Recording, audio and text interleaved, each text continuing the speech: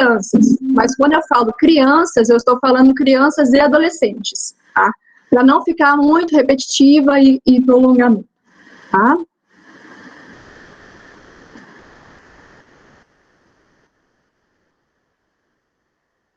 Então, eu sou graduada desde 2011 na cidade de Maringá. Iniciei minha trajetória, então, trabalhando com programas de aprendizagem, né, com o programa Jovem Aprendiz. Diretamente estava atuando com adolescentes, numa política muito especial de empoderamento desses adolescentes mesmo, especialmente os adolescentes das escolas públicas, com menor renda, com famílias que não tiveram acesso, oportunidade de se qualificar profissionalmente, de fazer uma graduação, de se estabilizar no mercado de trabalho. Depois, entrei no serviço público, então comecei a atuar na Secretaria de Assistência Social do município de Floresta, e aí eu me deparei, então, com a realidade dos municípios pequenos, né? Os municípios pequenos encaram hoje, e sempre, né, uma realidade de pouca estrutura física precária ou insuficiente, falta de técnicos. Então, eu me deparei com uma realidade que, na verdade, eu era a única assistente social do município, trabalhando 20 horas, e é impossível, claro que é impossível fazer tudo. E eu entrei, então, para trabalhar na Secretaria de Assistência, e já logo foi me passado, então, a Secretaria Executiva dos Conselhos Municipais. Então, eu gerenciava o CMDCA, o Conselho de Assistência Social, de idosos e de pessoas com deficiência. Então, já começamos por aí, né? O bom de ter tido essa experiência foi que eu consegui ter noção do que tem por trás desses conselhos. E aí, como eu estava à frente dele, no direcionamento, na frente desses conselhos, eu conseguia, então, fazer eles andar, né? O agendamento das reuniões, nas atas, na divulgação, nas organização das conferências. Então, foi uma experiência muito rica para mim, apesar de muito desgastante, né? E, claro, muitos outros desafios, né? Por exemplo, porque eu era a única assistente social do município, o CRAS não tinha assistente social, então a política ficava muito defasada.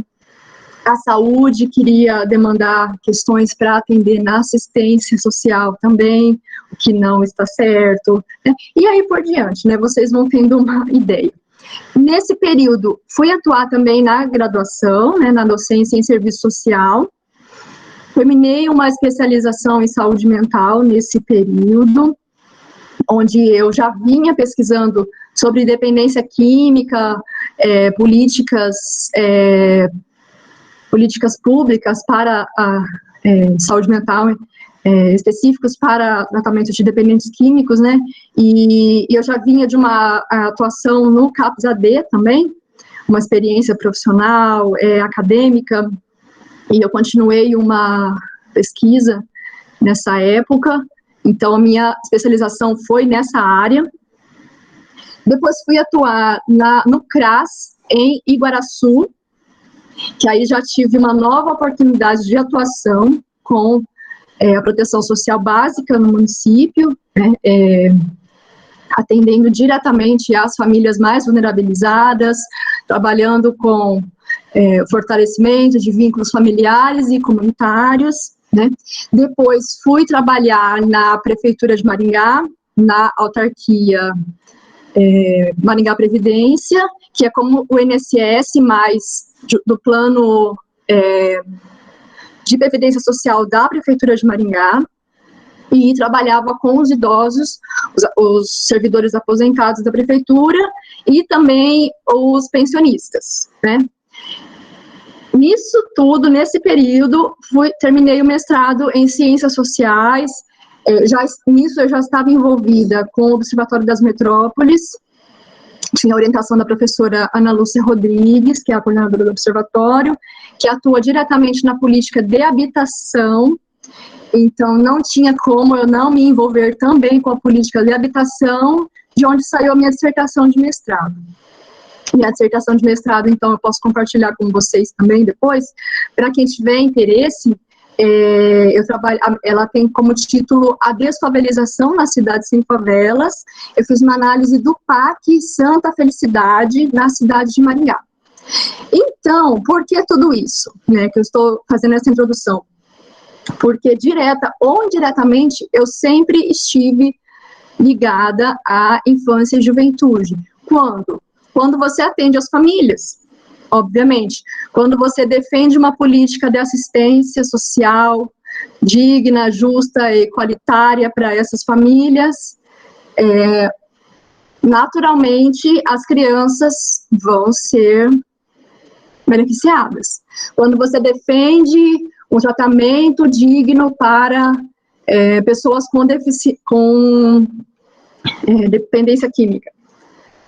Essas pessoas a gente sempre tem que lembrar, são pais, mães, tios, avós, né?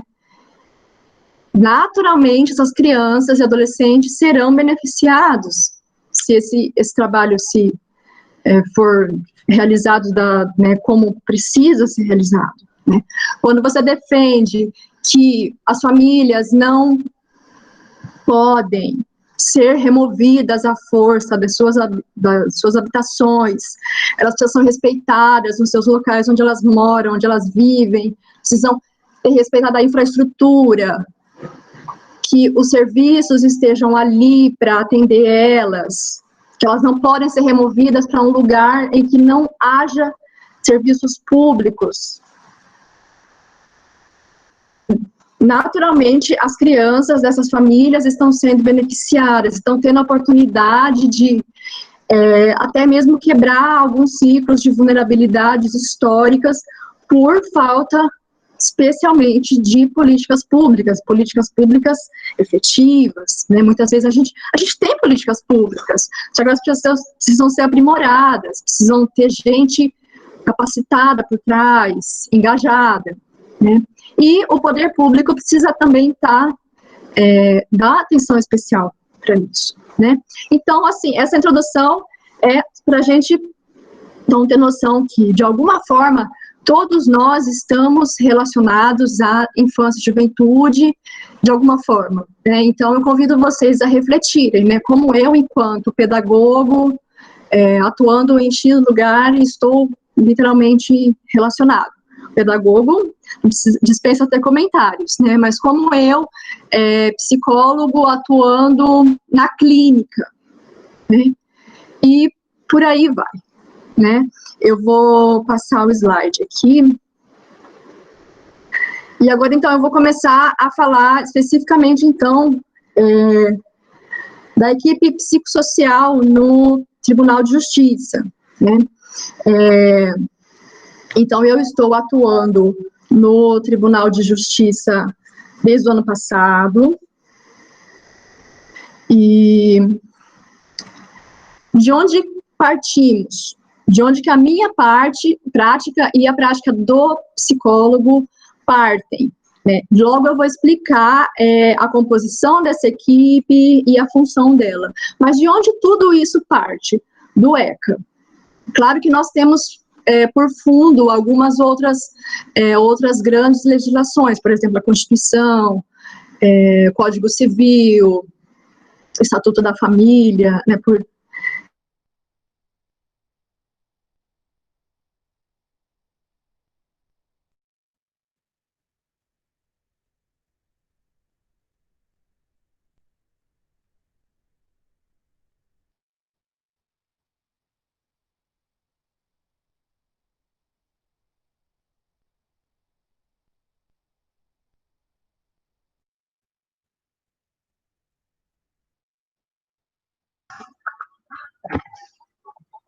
Priscila, você me ouve?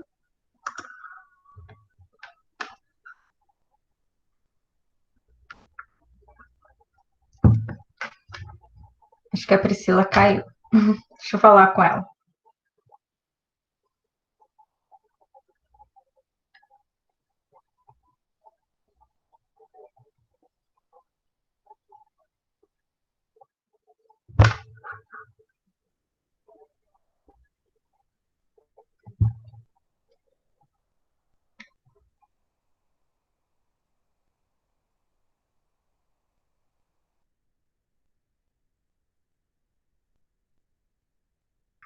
Só um momento.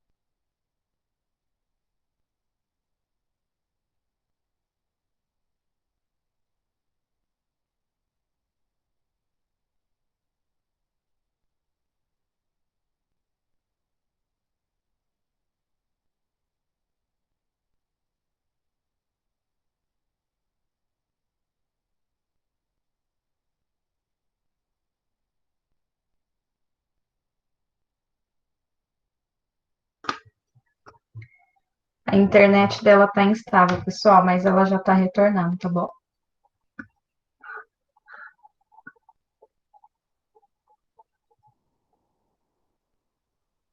O pessoal que, que está presente pode ir colocando o nome no chat, colocando presente.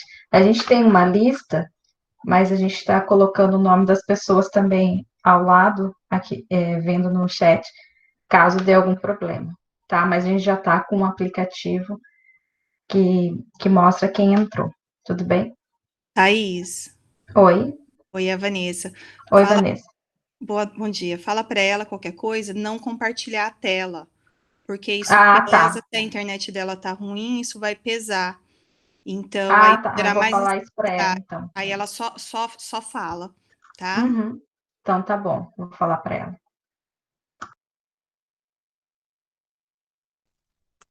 Thaís, é a Paula. E também todo mundo desativar o microfone e a imagem, deixar só ela. Isso pode ajudar, tá bom?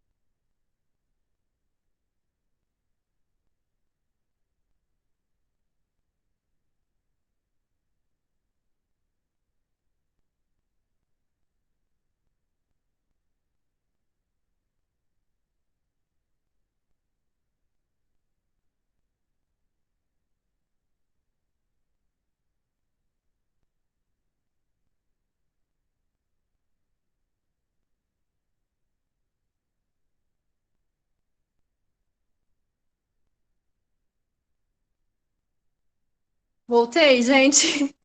Thaís?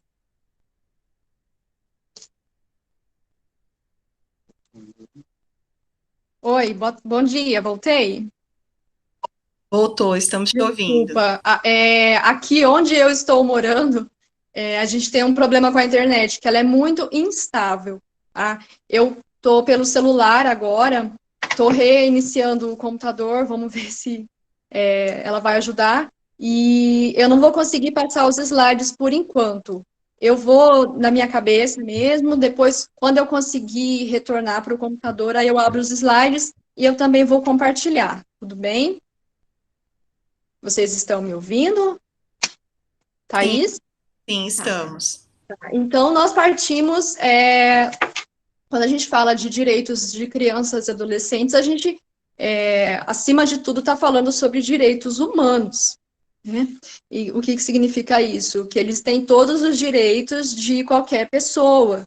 E a gente tem que dar especial atenção ao momento de desenvolvimento, né, a condição de desenvolvimento, a condição peculiar desses indivíduos, né, que ainda estão em idade escolar, que sofrem influências de todos os meios, e que eles precisam de uma atenção especial da família, do Estado e da sociedade. Né? É um dever de todos proteger as crianças e os adolescentes.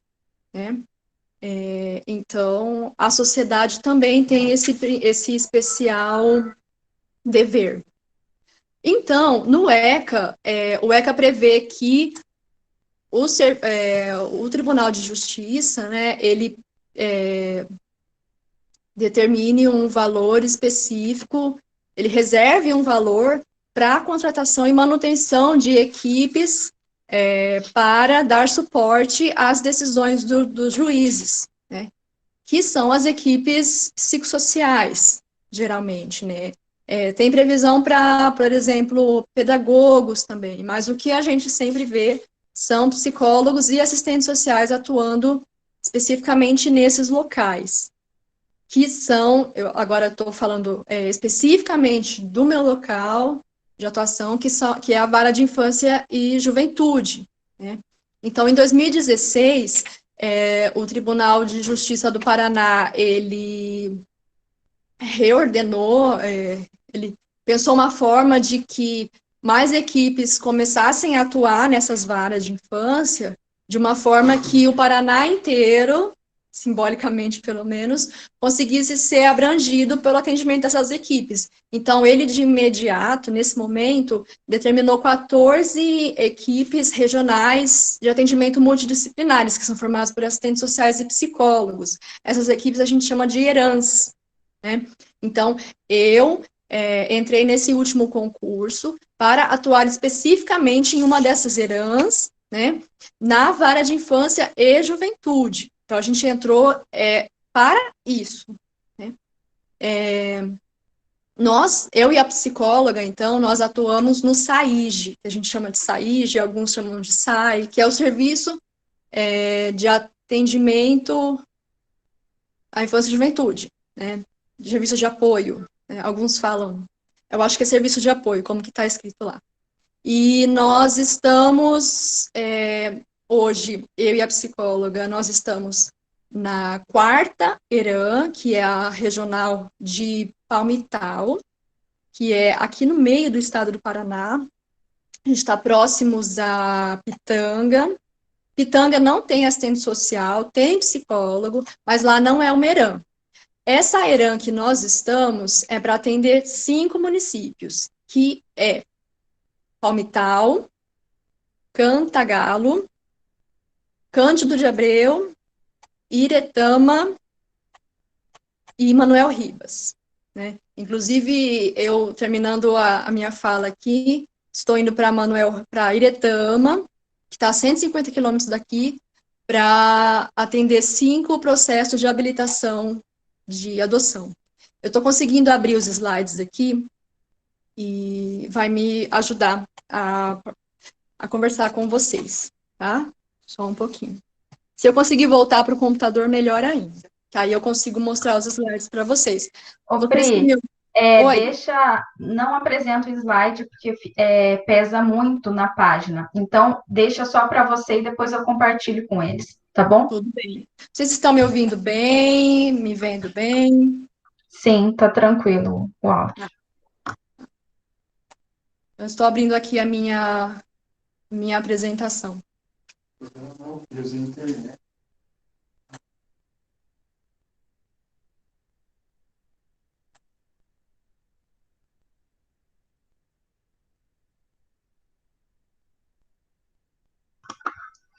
Priscila, qual o significado da sigla ERAN? Equipe? Equipe regional de multidisciplinar, de atendimento Equipe. multidisciplinar. Uhum. Então, é formada por assistente social e psicólogo. Geralmente, tem um de cada, né? Tem lugares que não são ERANs no Paraná, que tem ou um psicólogo, ou um assistente social, ou a equipe é maior, mas ela não é especificamente formada nesse formato, né? Então, nós estamos para atender essa regional, essa ampla regional. Então, nós atendemos esses 5 municípios. Aí existem outras ERANs que vão atuar no Paraná, mas abrangendo outros municípios. Isso, são 14 ERANs. Então, nós temos na região noroeste, temos algumas na região norte do Paraná, né, mais na região de Umuarama, a região de Cascavel, Foz do Iguaçu, a região de Curitiba, né? Então, elas foram pensadas de forma a abranger, de forma geral, né, o Paraná. A previsão, nós esperamos que isso se conclua, se realmente a gente consiga ter essa conquista, de que essas heranças se ampliem, porque nós temos um concurso aberto ainda e... Desculpa. Nós temos um concurso aberto ainda e com muita gente capacitada esperando que seja chamado, né? Então, o tribunal precisa estruturar outras herãs ou equipes locais para que esses novos profissionais consigam vir, né? Só que a gente está num momento muito incerto de orçamento, de tudo, né? Então, acredito que esse não seja um momento para se pensar muito num futuro desses. Esse concurso está suspenso, então quem está na lista de espera está aguardando, mas está suspenso, então não está perdendo tempo de ser chamado. A gente tem que aguardar os próximos capítulos, né? Eu acredito que possa até ter alguém participando dessa live que esteja nessa lista, e a ansiedade é muito grande. Mas, voltando aqui para a minha apresentação, mas se tiver dúvidas, pode ir fazendo, que aí vai me norteando também, tá? Então, para que essas equipes, elas estão presentes na vara de infância e juventude? Para contribuir para proporcionar uma visão humanizada para os processos, então, que envolvem crianças e adolescentes, né? Processos de diversas formas. Então, a gente vê que não tem uma receita pronta, nenhum modelo de problemas que envolvem crianças e adolescentes, né? Cada processo é muito único, mas são processos que envolvem crianças e adolescentes, tá? Então, a gente tá especialmente para dar um suporte técnico de área específica para as decisões dos juízes. Então, assim, em cada uma dessas cidades, né, tem um fórum, tem um juiz, e eles demandam para nós os processos de infância e juventude, e nós vamos atuar, então, para subsidiar a decisão deles, né?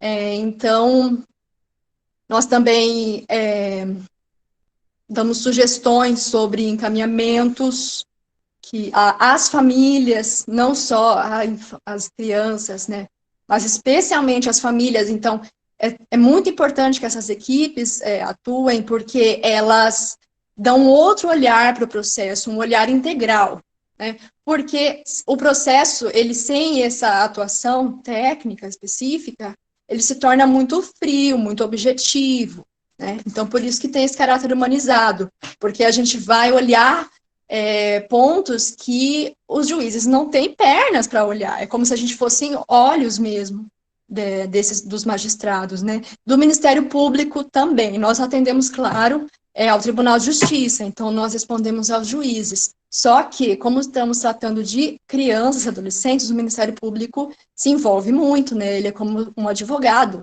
né, dessas pessoas, né? Então, nós prestamos, então, apoio de forma analítica a esses processos, e aí vai depender da demanda, né? Apoio também nas medidas a serem aplicadas, né? Medidas de proteção, ou medidas socioeducativas, tudo isso vai depender do nosso estudo. Então, os processos chegam até nós, geralmente eles chegam como estudo técnico, né? Eles pedem de uma forma generalizada, porque essas equipes têm autonomia para interpretar ou para decidir como que vai atuar para tal finalidade. Então, um processo de destituição de poder familiar. Ele pode pedir, quando a gente estiver ainda no começo do processo, pode pedir um estudo técnico do caso, e aí a equipe vai decidir, vai estudar o processo e vai decidir por que meios que vai trilhar para chegar a esse estudo técnico. E, no meio do caminho, a gente pode ainda, conforme as informações que a gente for coletando, depois a gente vai fazer análise disso, então a gente pode ir por outros caminhos, encontrar alguns atores no meio que possam contribuir, possam mudar o caminho do processo. Por exemplo, aparece um tio, um avô que tem alguma informação diferente ou que é uma possibilidade de reverter a situação, né? Então, é muito peculiar cada processo. E isso demanda tempo, né?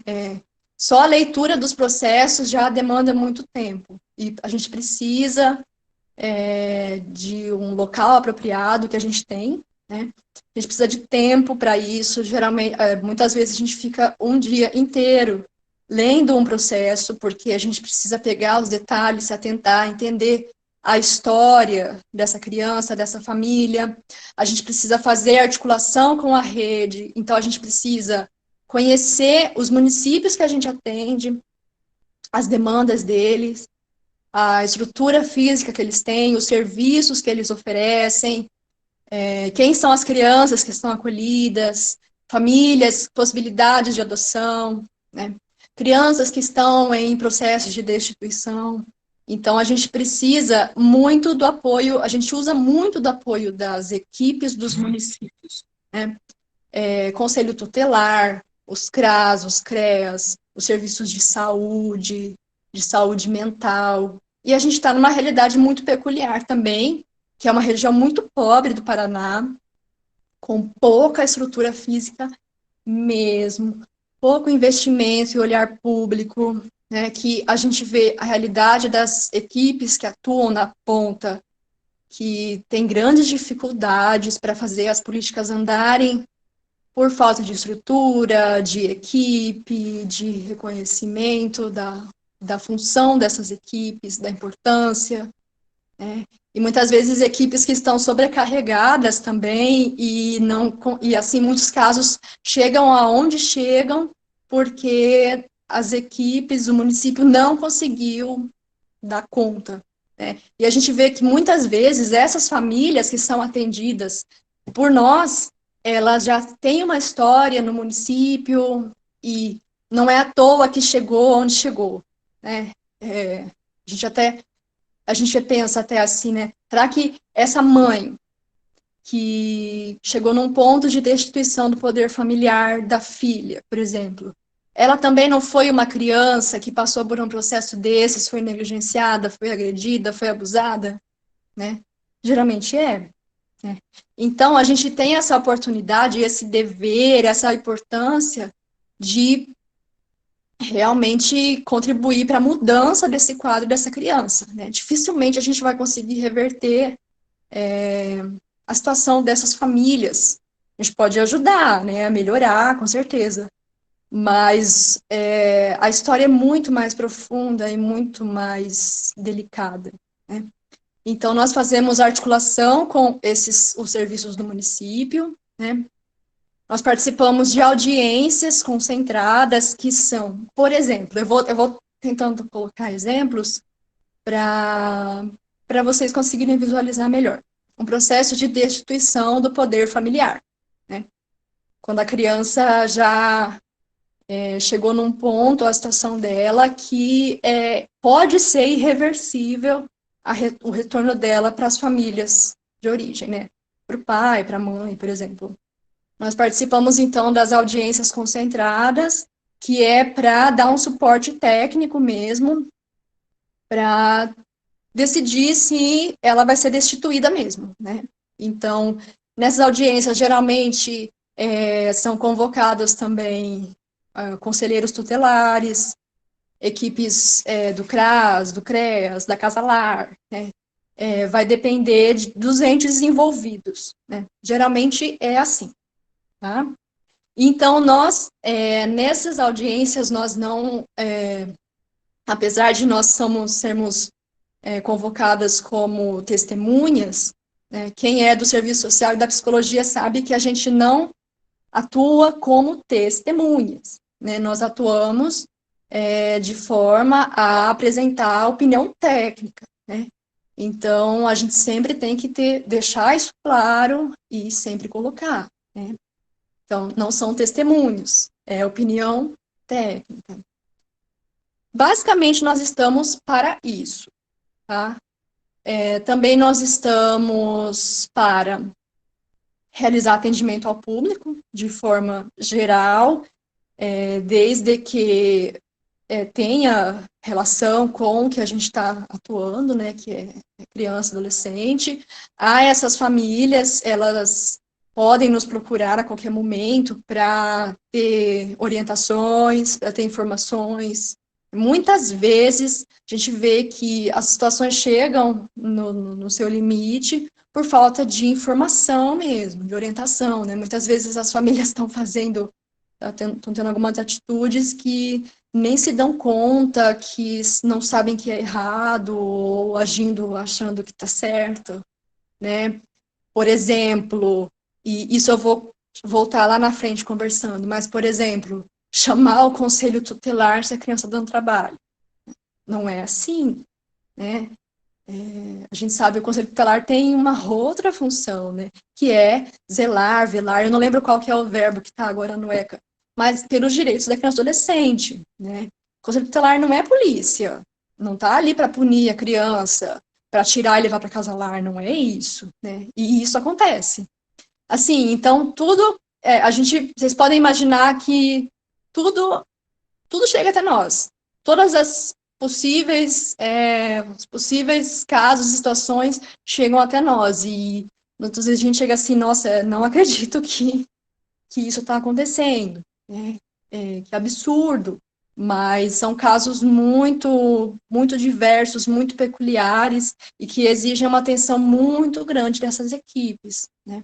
Também a gente, então, participa das avaliações dos casais para habilitação para adoção, né? Como eu disse, depois da reunião com vocês, eu vou atender a 5 processos de habilitação para adoção, né? Também, aí uma parte mais da psicóloga, né? Que atua comigo, participar no depoimento especial, né? Depoimento sem danos, que o assistente social não realiza. O Conselho Federal de Serviço Social já tem manifestações sobre isso, né?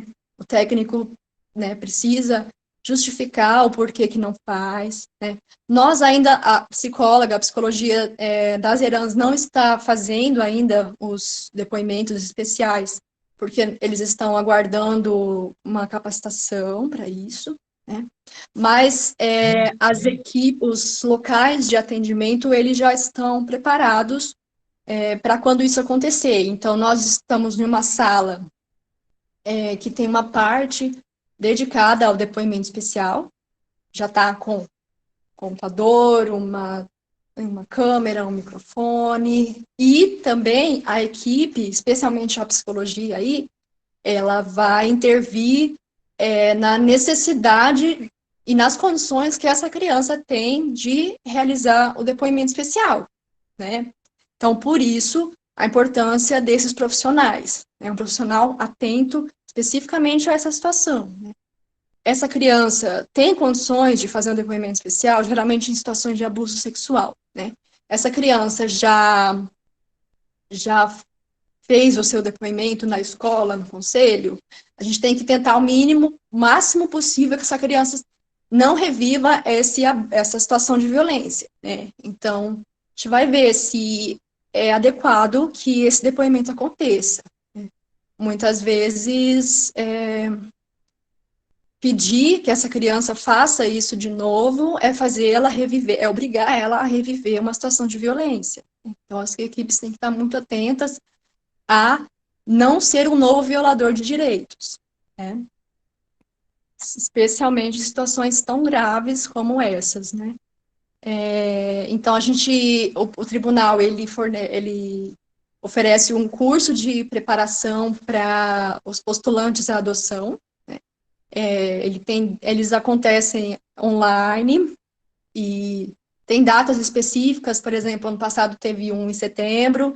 Então, as pessoas que estão aguardando para começar o processo de habilitação à adoção, elas têm que passar por esse curso. Então, a equipe que está ali atendendo esses postulantes na comarca, então, organiza essas famílias, né? Agenda o horário em que esse curso vai acontecer, orienta, né? Claro, está ali à disposição para tirar dúvidas. E depois que eles passam por esse curso, aí começa o período de habilitação, né? Aí a equipe vai fazer um estudo técnico para para habilitar ou não essa família à adoção, né? Então, eu vou fazer o estudo social, né? A psicóloga vai fazer o estudo psicológico. Hoje nós vamos fazer, então, participar de um processo desses. A psicóloga vai atender no fórum esses casais, e eu vou nas casas, né, fazer visita domiciliar, para atender esses casais nas casas. Depois nós nos reunimos com essas informações e discutimos cada caso, né? Aí a gente emite um relatório, um laudo, um estudo, né, um parecer, para emitir opinião se esse casal está apto a entrar no processo de adoção. Aí vai começar uma outra etapa, né? Também nós estamos no SAIG, né, para desenvolver projetos de interesses da área de infância e juventude, da nossa área específica de atuação, né?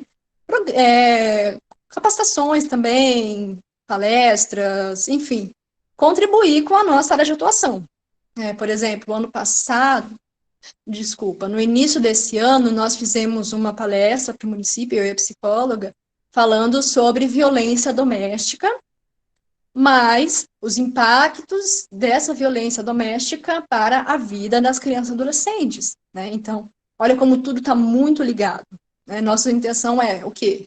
Prevenir impactos e violações de direitos para essas crianças e, obviamente, que essas mães, essas mulheres deixem de sofrer violência doméstica, né? Que também tem multideterminante, né? O porquê elas acontecem e os reflexos delas, né? Então, o nosso trabalho, eu já dei uma introdução, né?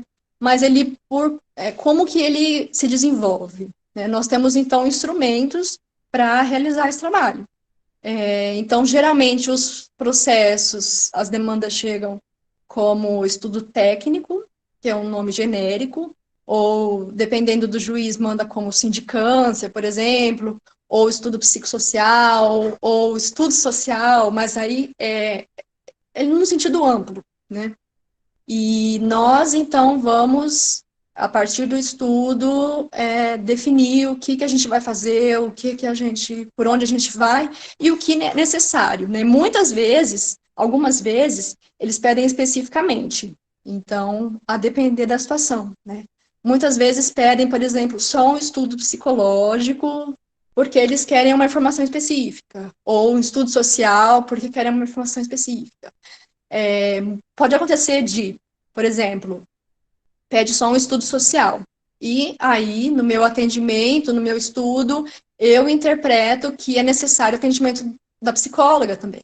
Então, eu vou sugerir no final que a psicóloga atue nesse caso também, né? Aí o processo vai voltar pedindo um estudo psicológico. Muitas vezes os processos demoram muito também porque eles são muito complexos. Então, a gente trabalha com prazos, né? Dependendo, assim, do grau de urgência, né? 5 dias úteis, 15 dias, 30 dias, depende. Muitas vezes esses prazos não são suficientes, né? Então, não são suficientes tanto pela demanda de trabalho, claro, porque é muita demanda, tanto pela complexidade dos casos, quanto a gente identifica que não é possível em tão pouco tempo chegar a uma conclusão. Então, por exemplo, um processo de retorno de uma criança pro núcleo familiar. A família está requerindo, tentando trazer a criança de volta, a criança está acolhida. Não necessariamente a gente vai fazer um estudo e vai ver que essa família está em condições de voltar, que essa criança volte, né? Então, a gente pode sugerir que, olha, a gente vai conseguir avaliar com mais tempo, então a gente vai precisar fazer mais um acompanhamento a cada 45 dias dessa família, né? Vai precisar que o município atenda essa família e realize alguns encaminhamentos, por exemplo, essa família precisa de atendimento psicológico e não foi atendida ainda. A gente só vai conseguir avaliar com o tempo, porque a gente precisa avaliar as condições objetivas que essa família tem de receber essas crianças de volta, né? Objetiva, eu digo no sentido de estabilidade psicológica, não digo nem material, porque a questão financeira nesses processos é o mínimo, é o que é menos avaliado. Até porque senão a gente cairia em outro erro de punir as famílias pobres, que elas naturalmente não têm condições de cuidar de seus filhos, que não é verdade, né? Mas as condições financeiras são as melhores avaliadas mesmo. A gente precisa sentir segurança que essa família tem reais condições de reaver os cuidados, para que essa criança não venha a sofrer novas situações de violações de direitos. Porque um novo abrigamento é de uma agressividade com uma criança que pode, com certeza, na verdade, gera outros tantos problemas, né, que a criança vai carregar pelo resto da vida. E fora que casa-lar não é lugar para a criança viver, para a criança crescer, né? A gente evita ao máximo que essas crianças vão para sejam acolhidas, né, institucionalmente, só que tem casos que é inevitável, e tem casos que a gente entende que, no momento, é melhor que essas crianças fiquem lá, né, até que sejam avaliadas reais possibilidades de retorno às suas famílias, ou até mesmo destituição familiar, vai depender muito de cada situação, tá? Então, nós realizamos também a avaliação estudo social, né, que é uma atribuição privativa do assistente social, avaliação psicológica, que é atribuição privativa do psicólogo, um laudo, um estudo psicossocial, que aí a gente vai elaborar juntos, né, as equipes, só que sempre respeitando os limites técnicos de cada profissional, né, de cada profissão. Então, a parte do assistente social tem que estar muito bem delimitada, o relatório, a análise e o parecer, e do psicólogo também, né? E também nós trabalhamos com relatórios, né? Muitos casos, por exemplo, as crianças que estão na casa-lar, né, abrigadas, acolhidas, elas têm que ter a situação delas reavaliada a cada 3 meses. Então, nós vamos fazer um relatório, né, da situação a cada 3 meses. Ou, então, uma criança que já está num estágio avançado de adoção, por exemplo. nós vamos acompanhar essa criança, né, essa família, e vamos enviando relatórios, né, desse processo, desse período que a gente chama de estágio de convivência, né.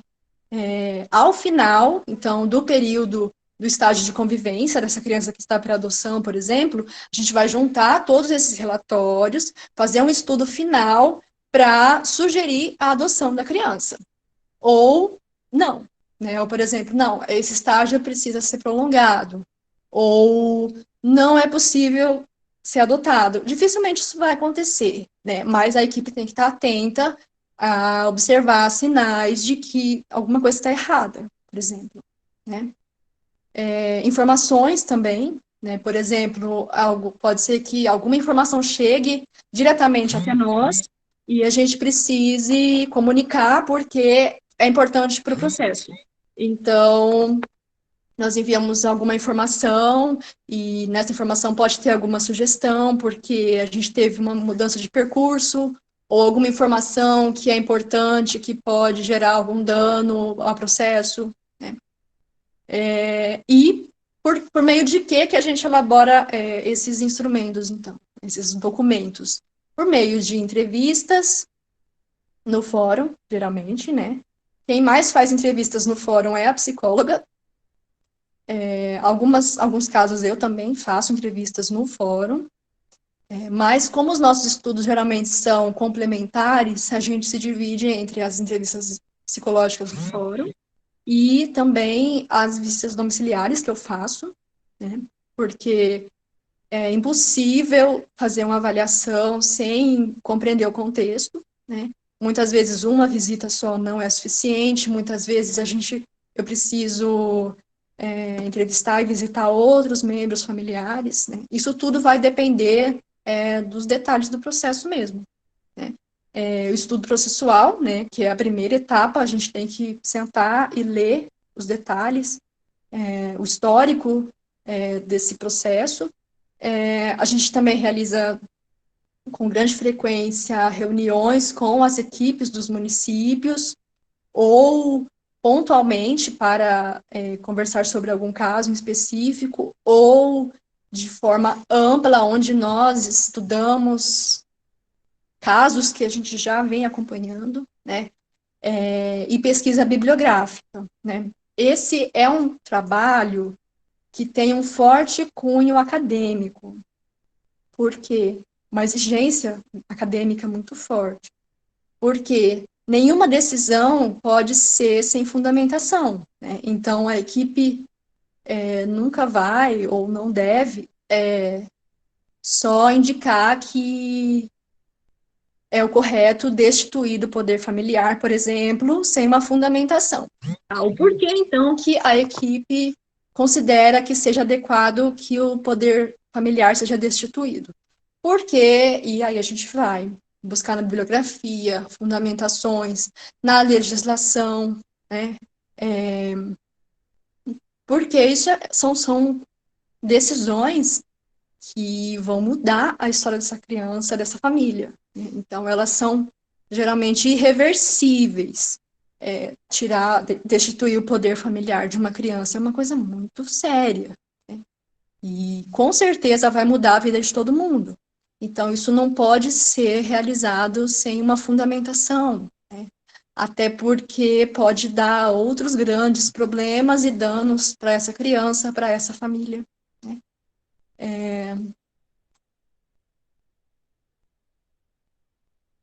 Então, nós partimos da análise, né, de medidas de proteção, né, às crianças.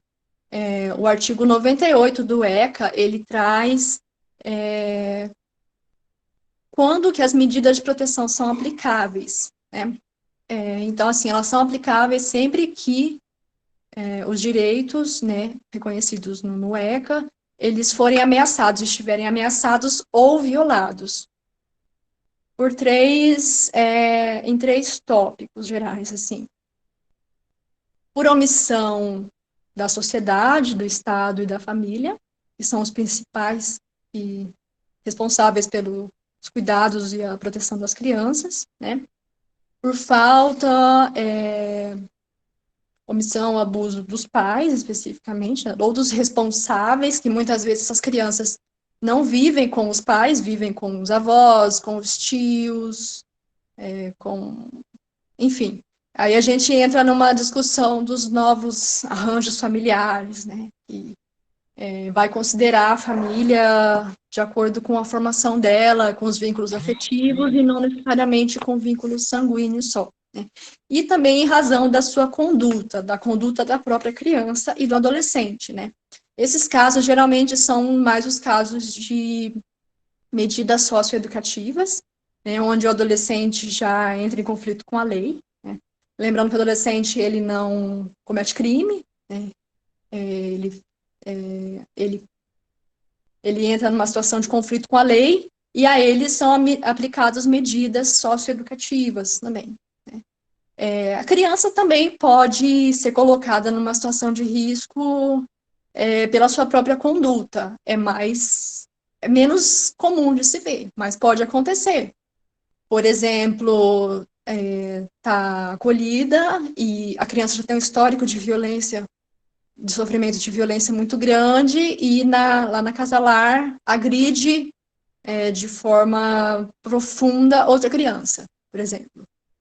Geralmente, o juiz ou o promotor vai perguntar para a equipe se a equipe considera que seja necessário aplicar alguma outra medida a essa criança. Né? A gente vai tentar que não.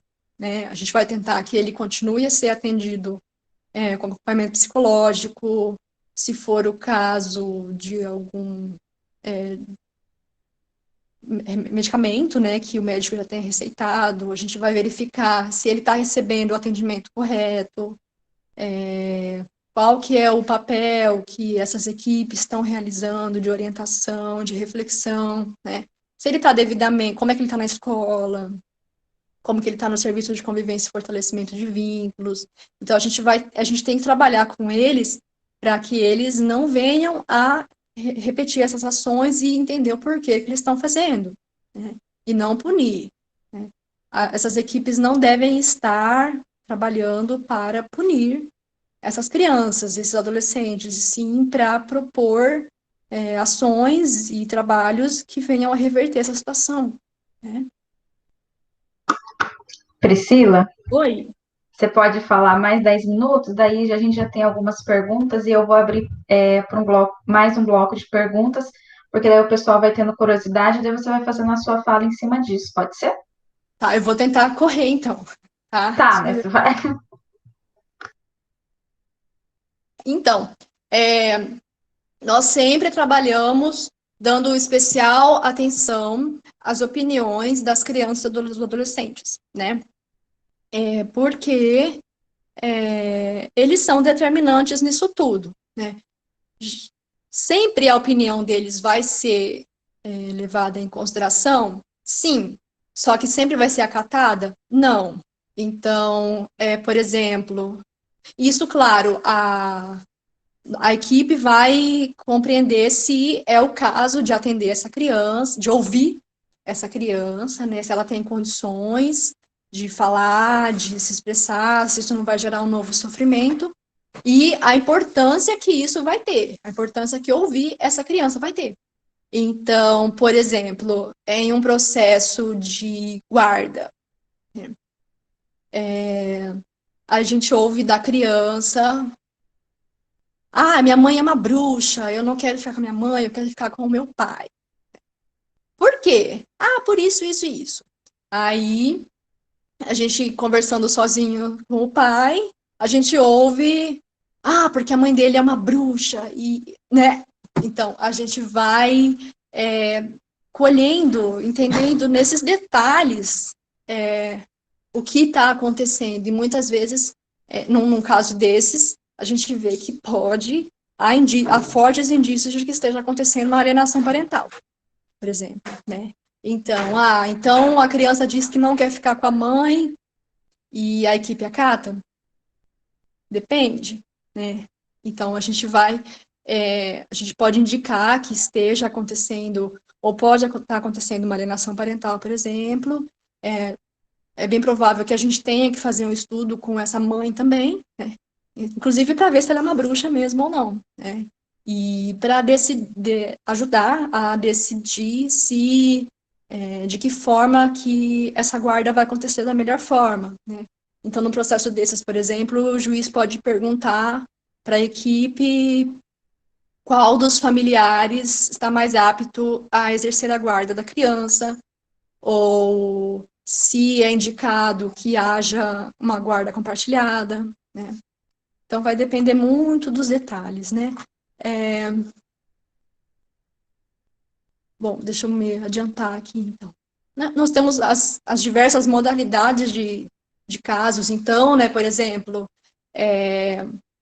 as famílias acolhedoras, que fazem parte dos processos de quando a criança, para evitar que a criança vá para o abrigo, né, para a casa-lar, por exemplo, que é uma família que serve de transição, né, ou para uma adoção, ou para voltar para a família de origem, ou se não tiver jeito para ir para a casa-lar, né, também a família extensa, né, são outros familiares da própria criança que a gente pode analisar, se for o caso, tudo para evitar o acolhimento, né.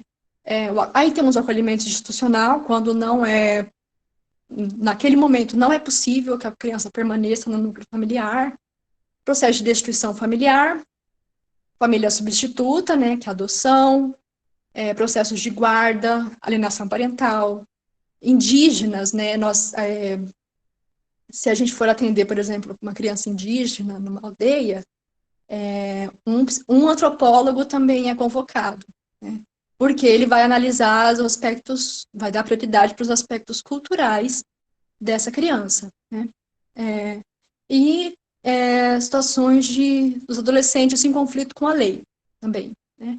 Então, assim, qual que é o contexto, em geral, que essas famílias, essas crianças estão envolvidas? Primeiro, assim, vamos deixar claro que a gente não está falando aqui, naturalmente, de famílias pobres, né? Violações de direitos a crianças podem e acontecem com crianças de qualquer crença, renda, a gente sabe muito bem, né? O que acontece é que as famílias mais pobres, é como se elas brilhassem no escuro, né? Elas se destacam mais porque elas já vivem num contexto de discriminação, de uma política higienista por trás, né? Em que funcionalista, né? Em que esses indivíduos precisam estar num padrão de comportamento, de ações, de renda. E se elas não estão cumprindo esse papel na sociedade, ou esse adolescente, ele tem que ser punido, preso, né?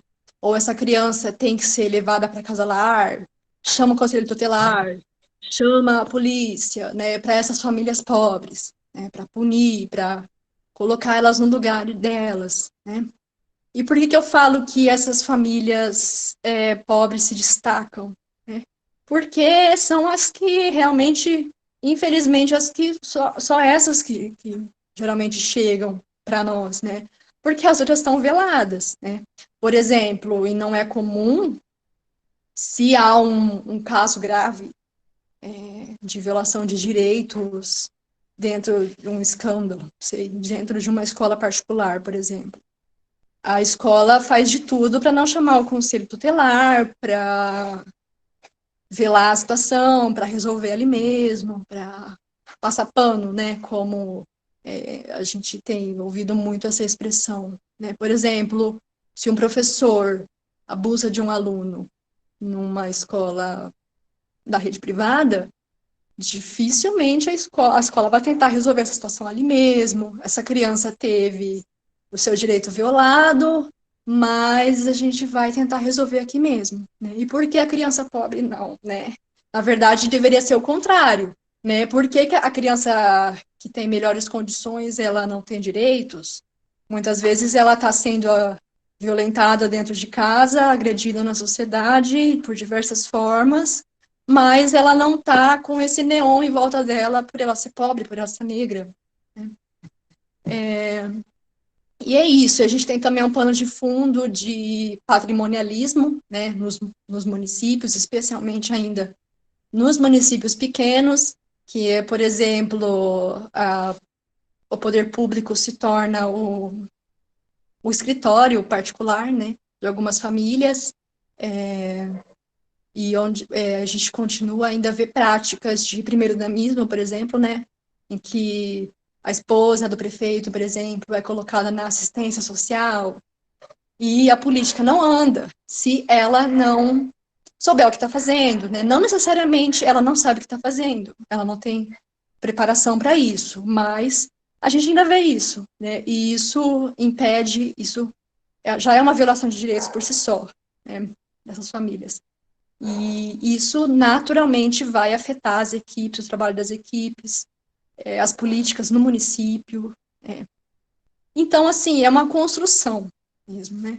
Essas famílias, elas têm um histórico que precisa ser respeitado, precisa ser muito bem analisado, para que elas não sejam e continuem a ser punidas. E as equipes psicossociais dos tribunais de justiça, elas estão aí para dar esse suporte maior, esse olhar maior para as decisões judiciais mesmo. Basicamente isso. Acho que eu encerrei por enquanto. Pri, tá me ouvindo? Sim. Eu vou fazer as perguntas que o pessoal já colocou aqui, depois eu abro mais 4 perguntas, tudo bem, pessoal? A Larissa perguntou que, em alguns momentos, você utilizou os termos laudo, parecer e relatório. Tem alguma diferença entre eles? Né? Tem um termo que é mais correto que o outro? Ou Deixa eu se tem diferença? Uhum. Deixa eu só me localizar aqui também nas perguntas, que aí eu vou acompanhando junto. Da Larissa, né? Isso. Laudo, parecer ou relatório. Tem Uhum. alguma diferença entre Eu não eles? estou encontrando aqui. Laudo, parecer, relatório. Uhum. Depende. Por exemplo, a gente pode elaborar um relatório que seja apenas um relatório, né? O relatório, ele tem o objetivo de ser sucinto, né? De apresentar alguma informação, um relato, né? O parecer é a opinião técnica. O laudo é o documento amplo. Então, pode ser que a gente formule um laudo que tenha o relatório, a análise e o parecer. O parecer, ele sempre vem depois de uma análise e do relatório. A gente se fundamenta no relatório e na análise para dar opinião, né? Então, o parecer é a opinião. Dificilmente um parecer vai ser isolado, né? Ele sempre vai vir junto de um relatório. Mas o relatório, ele pode vir isoladamente, ele pode ser simplesmente um relatório. E o Que laudo... é o mais simples, vamos dizer assim. O Isso, relatório seria assim, um relato do que aconteceu. exatamente. Uhum. É o texto, vamos dizer assim, um texto mais básico. Isso, objetivo, mas... Depois vocês pegam o relato, né? Aí tem que fazer o parecer, porque daí vai estar incluso a opinião. Sim, sim. Não necessariamente, vai depender do caso, se é o caso de emitir uma opinião ou não.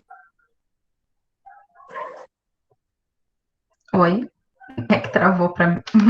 Sim, vai. Então, assim, vai depender do que está sendo solicitado. Se estiver solicitando uma opinião técnica, a gente elabora o parecer depois do relatório e o laudo, num documento só. Entendi. A Maria Fidelis fez uma pergunta em relação à adoção. Em relação à adoção definitiva, a criança poderá ser enviada para a família substituta? A adoção já é uma modalidade de família substituta. Tá? A família que adota é a família substituta. Antes disso, antes de uma criança ser colocada para adoção, A equipe, o município especialmente, estuda possibilidades de família extensa, que são outros familiares dessa criança. Então, por exemplo, não dá para ficar com o pai e a mãe, mas dá para ficar com a avó, dá para ficar com uma tia. Essa é a família extensa. Quando ela é colocada para adoção, que aí é um processo irreversível, aí vai ser a família substituta, que aí ela vai substituir a família de origem.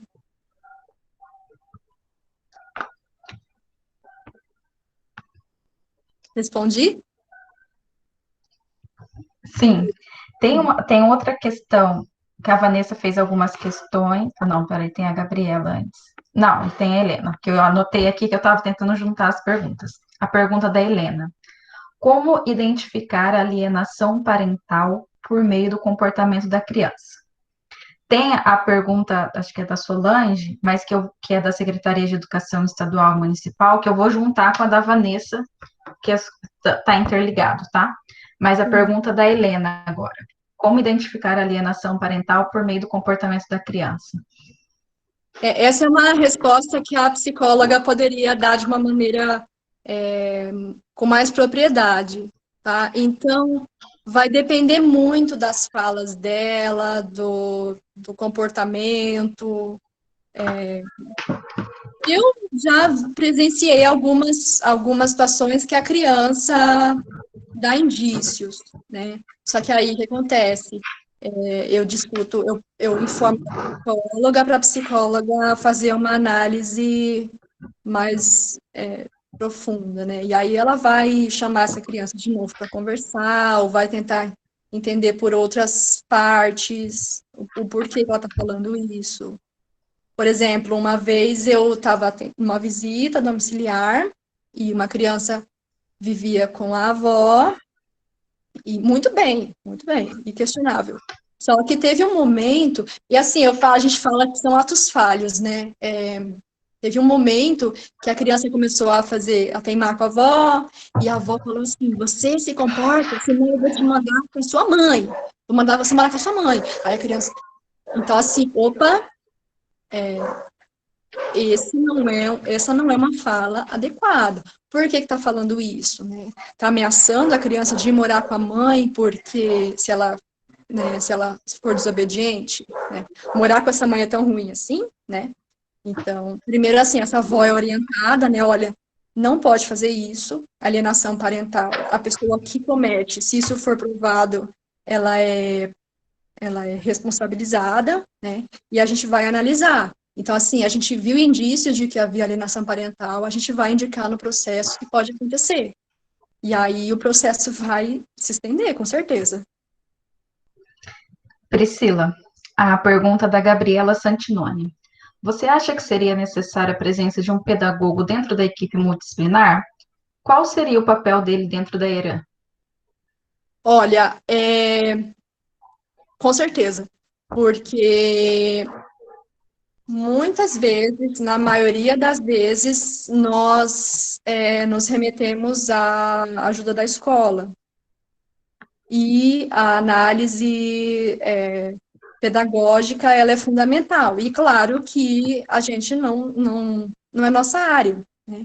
Então, a gente vai colher informações da criança na escola, especialmente a psicóloga, claro, né? Porque ela vai analisar questões do desenvolvimento cognitivo, educacional, muitas vezes em medidas socioeducativas, por exemplo, os adolescentes, a medida socioeducativa ela precisa ter um caráter pedagógico, né? E, com certeza, um pedagogo, assim, no pouco que eu conheço da pedagogia, ele seria um profissional mais indicado para dar opinião sobre uma medida pedagógica para esse adolescente, né? O que ele realmente teria condições de realizar. Porque muitas vezes os adolescentes não cumprem a medida que é colocada. E por que não cumprem? Né?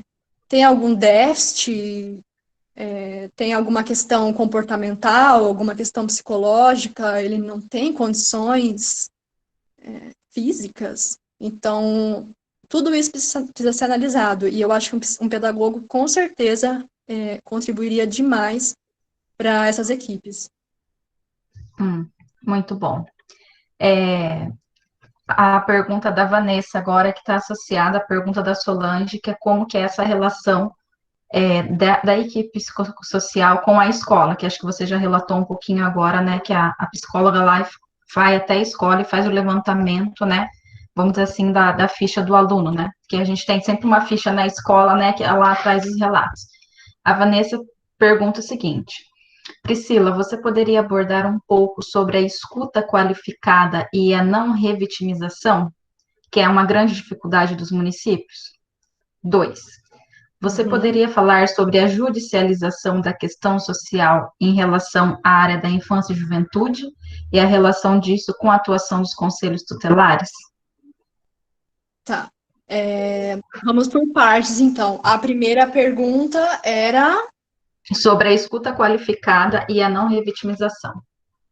O indicado é que sempre a criança seja ouvida o mínimo possível numa situação de abuso sexual, né?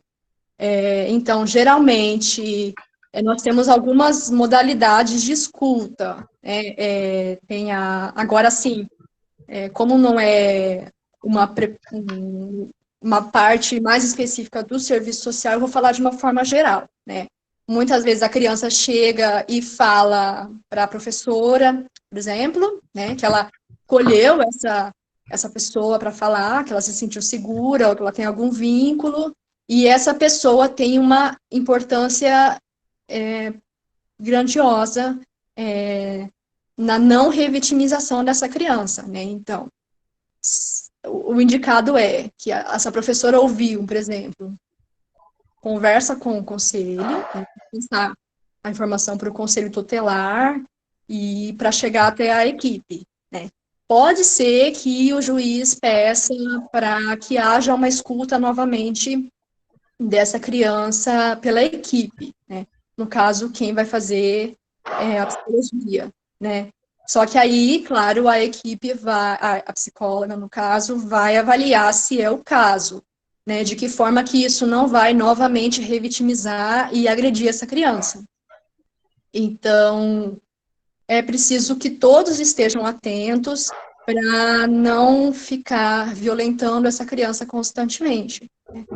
Então, o que eu vejo um exemplo que é um crime que acontece, às vezes acontece por falta de orientação mesmo, ou por reflexão. A criança chega na escola, elege um profissional que ela confia para relatar uma situação. Aí o profissional fica nervoso, fica ansioso. Espera que eu vou chamar outra pessoa. Espera que eu vou chamar o conselho. Conta para ele de novo. Conta para ele, né? Eu acho que vocês já ouviram relatos disso também, né? Olha quantas regressões que essa criança está vivendo o tempo, né? Está revivendo. Tem que contar novamente. Então, esse profissional lá na ponta, ele é muito importante para o início do processo mesmo, né? Pode acontecer que o depoimento especial, por exemplo, né, é um local dentro do fórum, é um local específico preparado para isso. Se ele for acontecer, então, ele acontece ao psicólogo e à criança de uma forma lúdica, como o profissional entender como necessário, e o juiz vai estar vendo, o promotor, né, vai estar vendo em outra sala, né, sem que a criança sofrendo os mínimos impactos possíveis, influências, né, e, claro, sempre cuidando para preservar o direito dela. Não sei se eu respondi essa primeira, né? E a segunda pergunta, qual era? Thaís? Oi. Oi. O chat desapareceu para mim com as perguntas, porque eu caí e voltei novamente. A segunda pergunta, eu tenho que lembrar qual que era, que é a da Vanessa. Posso sobre a falar? relação com os conselhos tutelares. A judicialização. A judicialização da questão Pode social falar. em relação à área da infância e juventude e a relação disso com a atuação dos conselhos tutelares. Desculpa, você pode repetir de novo, por favor? A questão da judicialização da questão social, né, específico da área relacionada à criança e adolescente, e a relação disso com a atuação dos conselhos tutelares. Eu sempre defendo que a capacitação continuada, né, o estudo continuado das equipes, o investimento público, porque muitas vezes, Vanessa, esses casos são judicializados porque não tiveram o devido atendimento ou o necessário atendimento na ponta, né? E aí essas famílias já têm vários estigmas, né? Acompanhando sua história, por exemplo, esse aí não tem jeito não, esse menino aí a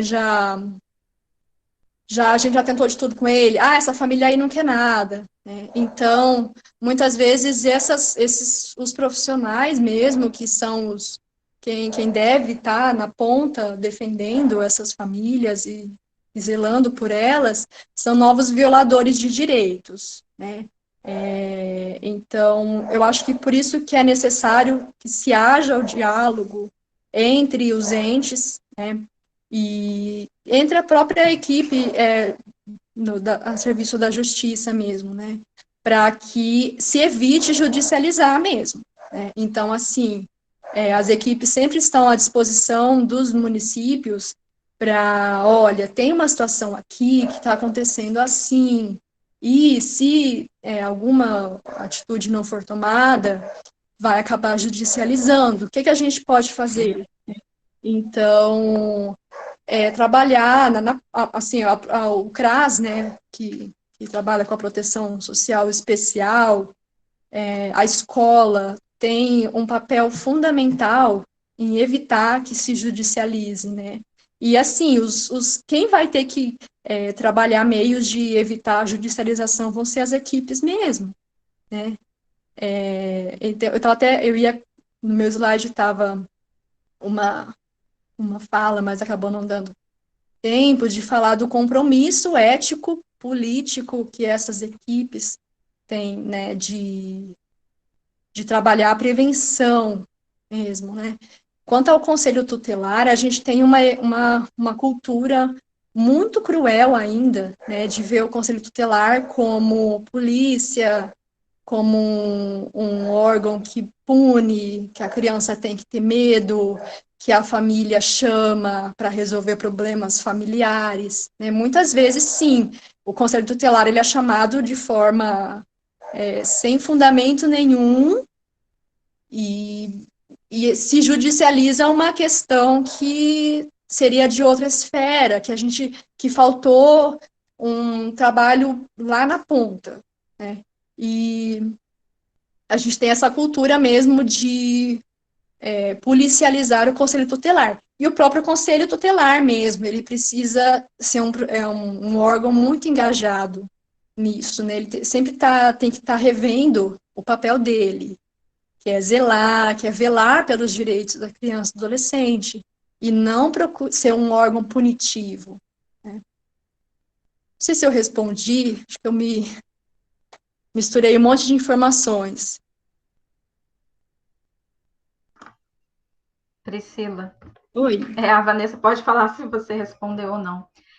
Eu queria perguntar, assim, em relação aos conselhos tutelares, né? Qual é a principal dificuldade que você nota hoje na questão do conselho, devido, assim, aos últimos anos, no Paraná, pelo menos, né? A gente não ter tido essa informação desses conselheiros, mas também porque virar conselheiro tutelar hoje você pedir voto, assim, na igreja, você virar uma forma de propaganda para você se candidatar a ser vereador da cidade, né? Então, você falou muito bem sobre a questão da pesquisa bibliográfica, né?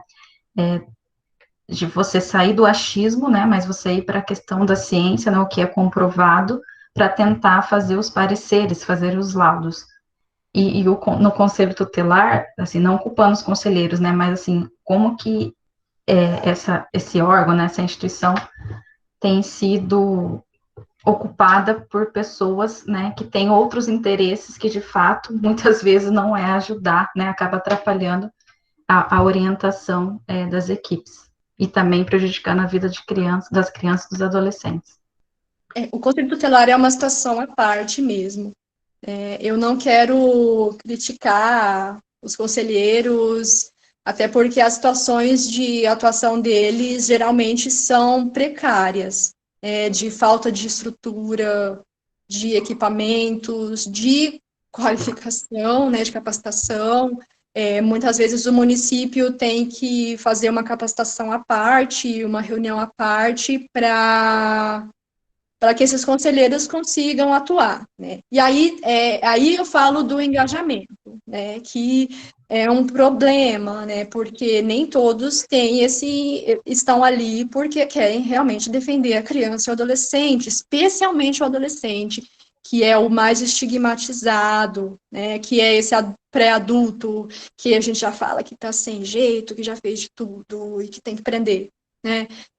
Então muitos não têm esse engajamento por trás, né? E estão até como conselheiros sem saber o que é isso, né? E que realmente se candidatam para fazer votos no município, para ser vereadores, ou porque estão desempregados e veem como uma oportunidade de emprego, né? Mas aí entra lá e não é aquilo, né? O seu trabalho é para isso, né? E aí não vai andar, né? Mas temos, claro, os engajados. Não necessariamente ele precisa ter uma formação de nível superior, uma especialização no assunto, mas o engajamento, de fato, ele é determinante, né? O que a gente tem feito para auxiliar os conselhos é realmente dialogar. Então, quando a gente faz o diálogo com as equipes, o conselho ele está envolvido, né? Nem que seja um ou dois envolvidos, que aí eles vão ouvir também da equipe as contribuições, né? E assim, realmente para tentar se evitar a radicalização e para prestar atenção quando está violando direitos também, né? Ao invés de estar defendendo eles.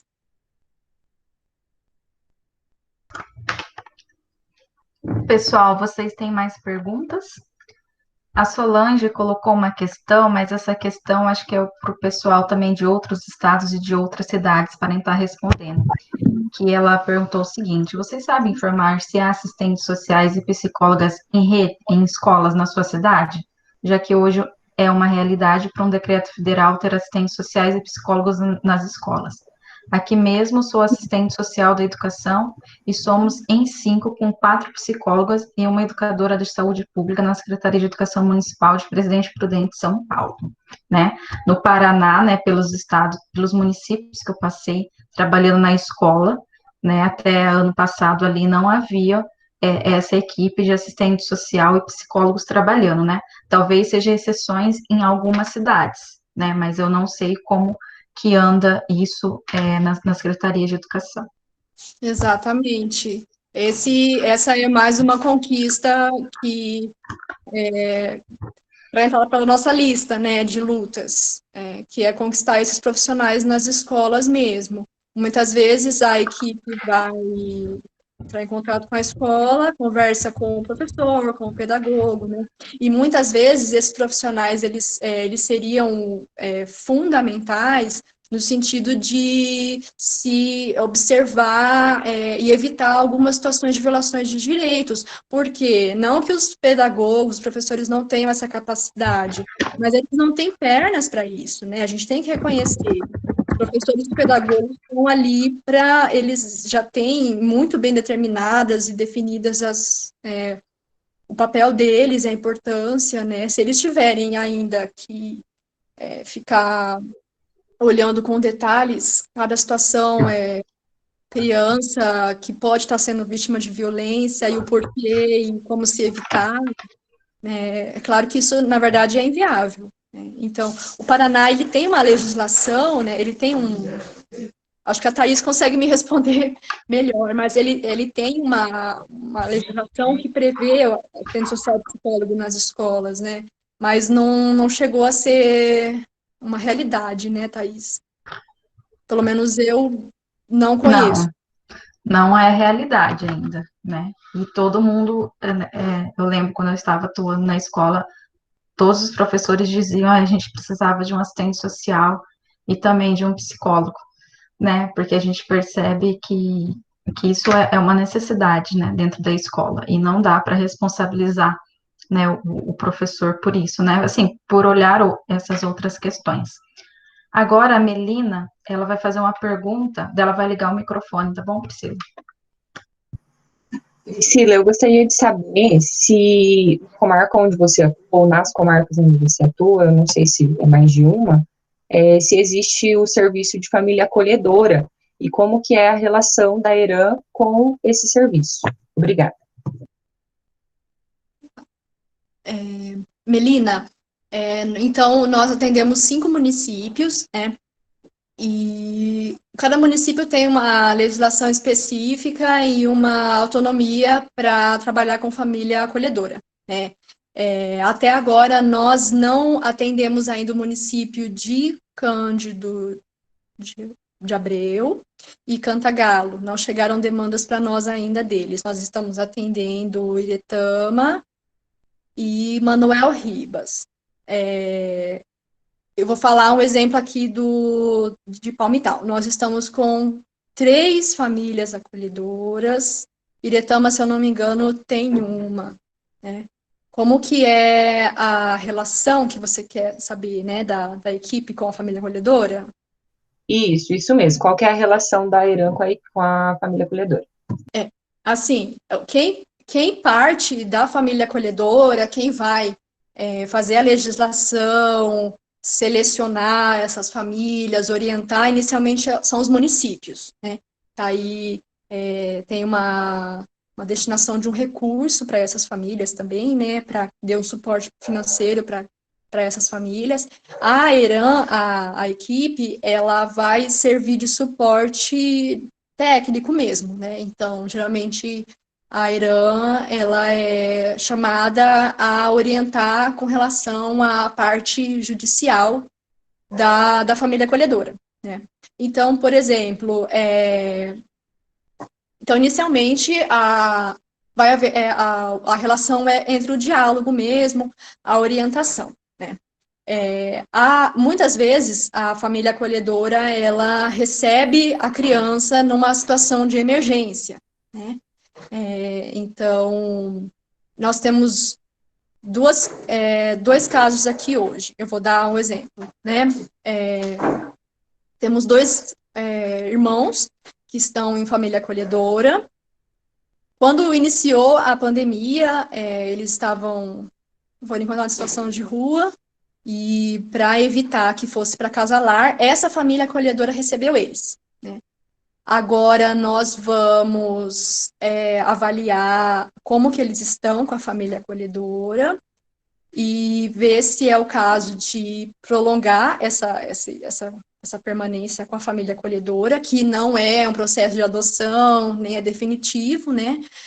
Para ver se as possibilidades dessas crianças voltarem à família de origem, ou se é o caso, infelizmente, de ir para casa-lar, ou se prorroga a estadia delas na família acolhedora.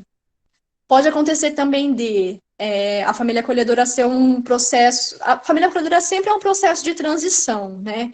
E ela tem um papel fundamental no preparo dessa criança mesmo, né? De oferecer um ambiente familiar, acolhedor para ela, né? Que muitas vezes ela nunca nem viveu isso, né? Então, se ela estiver num processo de habilitação para adoção e a família acolhedora estiver trabalhando nesse período de transição, a família acolhedora vai precisar ser orientada pela equipe, né, e junto com o município, sobre o seu papel fundamental nesse processo de transição, né? Pode ser que o município ele tenha autonomia para sugerir que a família acolhedora receba alguma criança, né? Porque quem é o responsável pela família acolhedora é o município, então ele pode sugerir que a família acolhedora receba alguma criança, né? Então, o juiz vai solicitar que a equipe avalie essa solicitação do município, se a equipe considera que seja viável também que essa família acolhedora receba alguma criança. Então, vai depender também da situação, tá, Melina? Mas a família acolhedora tem esse papel fundamental de transição, de recebimento temporário das crianças, para evitar ou ir para o acolhimento, ou voltar para a família que está agredindo, violentando.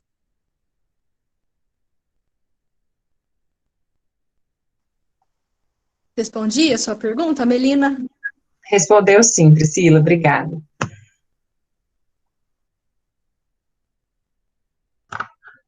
Desculpa, Melina, atravessar, mas eu vi que eu estava com o microfone desligado.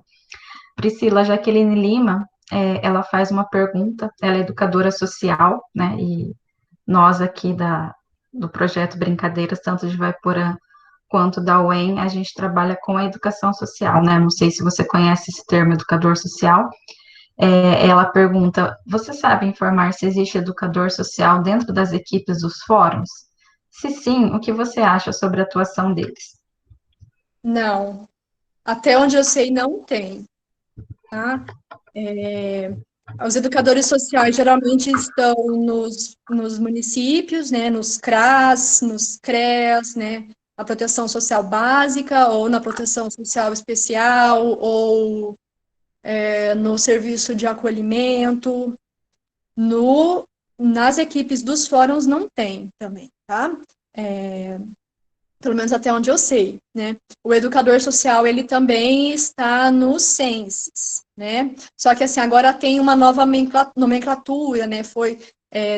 Parece que teve alguma reformulação ali da função, do nome, né? Mas eu não sei dizer qual que é a nomenclatura que está sendo usada agora. Mas na equipe não tem. Certo. Eu não estou vendo mais nenhuma pergunta, pessoal. Como o meu chat tinha apagado, se vocês quiserem colocar pergunta que talvez eu não tenha visto, vocês podem colocar aqui, tá bom? Senão, daí a gente finaliza. Vou aguardar, ver se tem algum. E eu peço desculpas pela internet instável, eu fiz de tudo para voltar o mais rápido possível, e eu vou compartilhar os slides com vocês. Se alguém tiver interesse também na minha dissertação de mestrado, que trabalhar com a área da habitação, por exemplo, eu posso compartilhar, que é muito interessante também, modéstia à parte. Eu vou compartilhar um livro do Nunes Leal, que ele fala sobre essa questão patrimonialista nos municípios, Priscila. Como a gente vê que nos municípios é onde a política chega de fato, né? É onde tem que fazer andar e também é onde, geralmente, né? Se for ver numa regra geral, os municípios têm um maior financiamento se comparado à União, né? Nessa questão financeira mesmo. Mas é ali que a gente vai sentir, né? As políticas públicas em andamento, em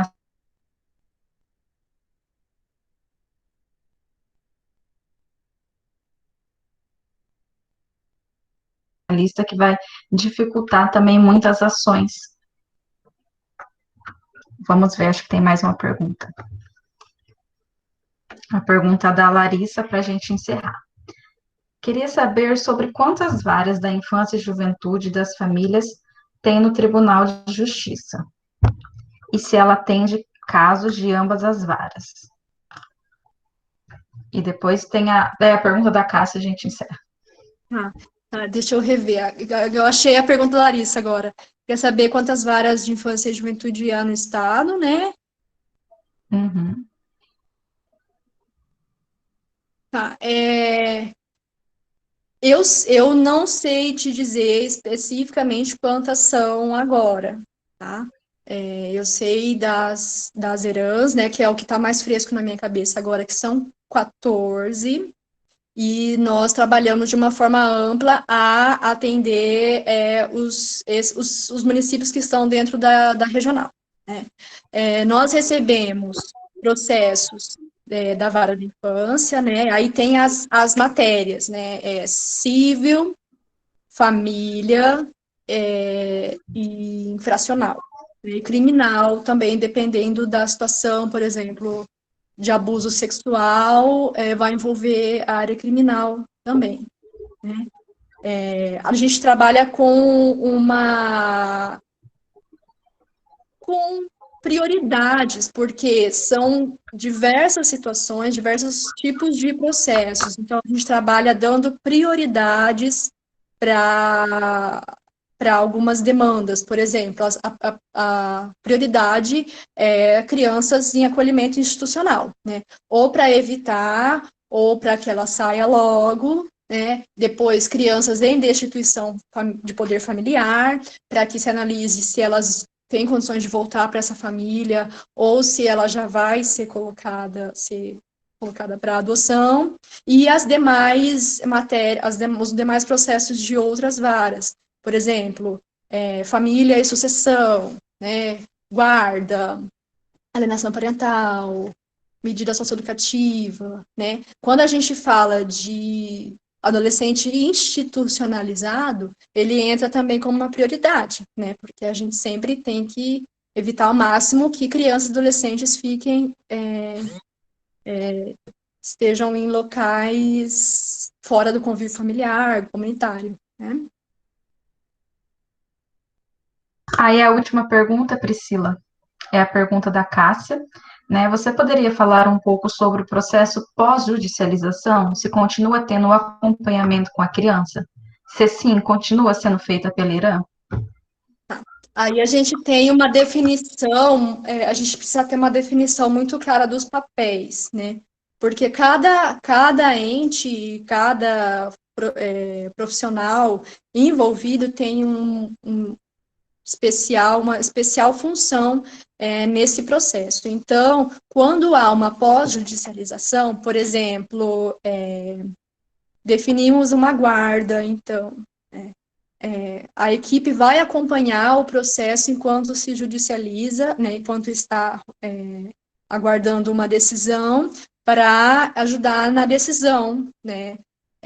Quando termina o processo, então a gente sugere, a gente encaminha para que o município continue acompanhando, tá?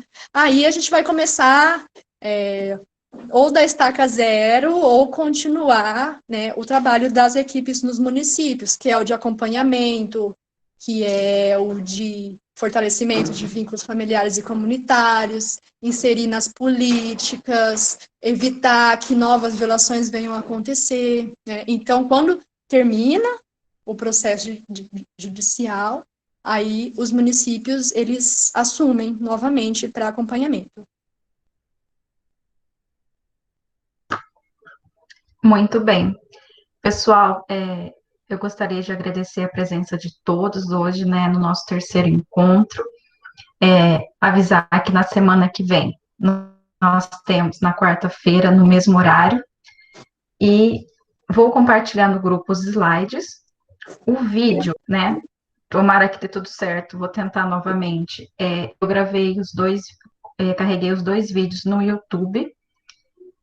O pessoal falou que não conseguiu acessar o segundo, né? Hoje eu vou esperar a gravação chegar no meu e-mail e vou carregar ela para o YouTube. Geralmente ela demora um dia para carregar para tornar pública. Aí, a partir de amanhã, eu envio o link para vocês, certo? E também vou enviar os slides, a dissertação da Priscila e também o livro, né, que fala sobre a questão patrimonialista. Qualquer dúvida, né, vocês podem enviar no grupo. Semana que vem, né, vamos tentar, eu vou tentar ver também a questão da plataforma, né, porque hoje muitas pessoas não conseguiram entrar, e elas colocavam a sua participação, mas não aparecia para permitir, então vou tentar fazer de uma forma diferente para ver se melhora, né? Como nós não temos apoio técnico, né, nós, professoras, temos que fazer o que dá, certo? Então,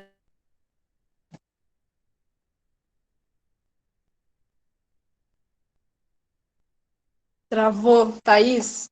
pela disponibilidade do seu tempo, foi muito bom e rico ouvir como que é essa questão, né, no Tribunal de Justiça, como que funciona o relatório, parecer, laudo, e é um trabalho que eu vejo, assim, extremamente difícil, né, que coloca, vamos dizer assim, em xeque muitas questões, né, o que eu consegui, talvez, perceber com a fala, que é necessário profissionais, né, necessário mais profissionais, a questão também do tempo, né, não é um trabalho que a gente faz rápido, né, e ele precisa ser criterioso, ele precisa ter cuidado. Então, eu vejo assim que muitas pessoas, vocês fazem o possível, né? O possível e o impossível para acontecer, para que não demore muito, para que essas crianças e adolescentes não continuem sofrendo. Né? Mas muito, muito obrigado pelos seus. Não gosto de usar essa palavra esclarecimento, né? Ainda mais agora que a gente precisa retirar algumas palavras do vocabulário, mas tornando evidente, né, como que se dá essas questões na prática, né? Como que elas funcionam. Muito obrigada pelo seu tempo. Eu agradeço pelo convite, pela oportunidade. Eu acho que é uma informação que precisa ser compartilhada mesmo, né? São equipes que muitas vezes os municípios, a população em si não sabem que existem do papel. Muito bem. Pessoal, espero vocês até na quarta que vem e boa semana a todos. Até mais.